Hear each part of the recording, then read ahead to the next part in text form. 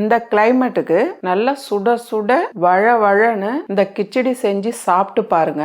சாப்பிட்றதுக்கு ரொம்பவே அட்டகாசமா இருக்கும். அதே போல இது செய்யறதுக்கும் ரொம்ப ரொம்ப ஈஸியா இருக்கும். வாங்க எப்படி செய்யறதுன்னு பார்க்கலாம். இந்த கப்பால 3 கப்பு பாஸ்மதி ரைஸ் எடுத்திருக்கேன். 1/2 கப் அளவுக்கு பாசி பருப்பு, அதாவது சிறு பருப்பு, 1/2 கப் அளவுக்கு மைசூர் பருப்பு, 2 பருப்பும் சேர்த்து ஒரு 10 நிமிஷம் ஊற வச்சிருக்கேன். இப்போ இந்த அரிசியோட சேர்த்து நம்ம கழுவி எடுத்துக்கலாம்.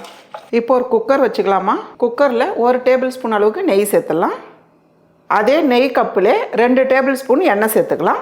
எண்ணெய் சூடானதும் 1/4 டீஸ்பூன் கடுகு, 1/4 டீஸ்பூன் ஜீரகம், கூடவே 3 காஞ்ச மிளகாய், ஒரு பிரியாணி இலை 2 கட் பண்ணியிருக்கேன், ஒரு ஸ்டார் பூ, ஒரு பட்டை, 3 கிராம்பு, இதையும் சேர்த்துடலாம். கடுகு பொரிஞ்சதும் 2 பெரிய வெங்காயம் பொடி நறுக்கியிருக்கேன், இதை சேர்த்துடலாம். வெங்காயம் சேர்த்து ஓரளவுக்கு நல்லா வதக்கிடுங்கம்மா. வெங்காயம் இந்த அளவுக்கு வதங்கி வர டைமில் 2 பெரிய தக்காளி பழுத்த தக்காளியாக சேர்த்துக்குங்க. 3 பச்சை மிளகாய், ஒரு 10 பல்லு பூண்டு, ஒரு பெரிய துண்டு இஞ்சி, 3 சேர்த்து அரைச்சி வச்சுருக்கேன். இதுலேருந்து ஒரு 3 டீஸ்பூன் சேர்த்துக்கலாம். இதெல்லாம் சேர்த்து நல்லா வதக்கிடுங்க. பாருங்கம்மா, தக்காளி இந்த அளவுக்கு நல்லா மசிய வதக்கிடுங்க. இது கூடவே 200 கிராம் காளான் எடுத்துருக்கேன். கழுவிட்டு நல்லா சுடு தண்ணியில் வாஷ் பண்ணிவிட்டு 2 கட் பண்ணி எடுத்துக்கோங்க. இப்போ இதை சேர்த்துடலாம். காளான் சேர்த்து நல்லா ஒரு 2 நிமிஷத்துக்கு நல்லா வதக்கிடுங்க. ஃபஸ்ட்டு பாருங்கம்மா, காளான் சேர்த்து ஒரு 2 நிமிஷம் நல்லா வதக்கியிருக்கோம். இப்போ நம்ம மசாலா சேர்த்துக்கலாம்.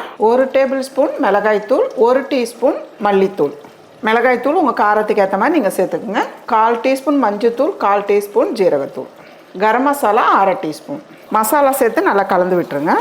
மிளகாய்த்தூள் வாசனை போகணும், அது ஒரு நல்லா கலந்துருங்க. கொஞ்ச நேரம் கலந்தால் போதும். கூடவே கொஞ்சமாக கொத்தமல்லி. மசாலா சேர்த்து கொஞ்ச நேரம் நல்லா வதக்கிட்டோம். இப்போ நம்ம தண்ணி சேர்த்துக்கலாம். நீங்கள் எந்த கப்பில் அரிசி எடுக்கிறீங்களோ அதே கப்பில் தண்ணி சேர்த்துக்குங்க. இந்த கப்பில் 3 கப்பு பாஸ்மதி ரைஸ் எடுத்துருக்கேன். அதே போல் 1 கப்பு பாசி பருப்பு, சிறு பருப்பு 2 சேர்த்து 1 கப்பு, மொத்தமாக 4 கப்பு வருது. அதுக்கு 1 கப்பு அரிசினா 2.5 கப்பு தண்ணி சேர்க்கணும். ஏன்னா இதுக்கு கூடுதலாக தண்ணி இருக்கணும். நான் மொத்தமாக அரிசியும் பருப்பும் சேர்த்து 4 கப்பு சேர்க்கறதுனால 10 கப்பு தண்ணி சேர்த்துக்கலாம்.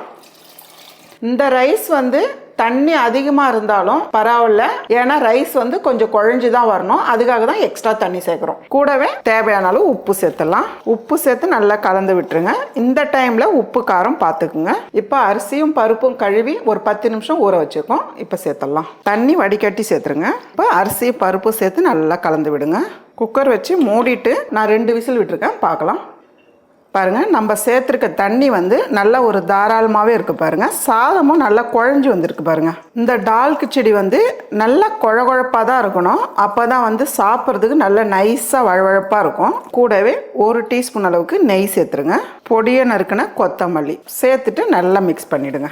எவ்வளோ வழவழப்பாக இருக்கு பாருங்க பார்க்குறதுக்கு. அதே போல் சாப்பிட்றதுக்கு ரொம்பவே டிஃப்ரெண்ட்டான டேஸ்ட்டில் நல்லாயிருக்கும். அவ்வளோதாம்மா, நல்ல ஒரு டிஃப்ரெண்ட்டான அதே போல் நல்ல டேஸ்டான மஷ்ரூம் டால் கிச்சடி ரெடி.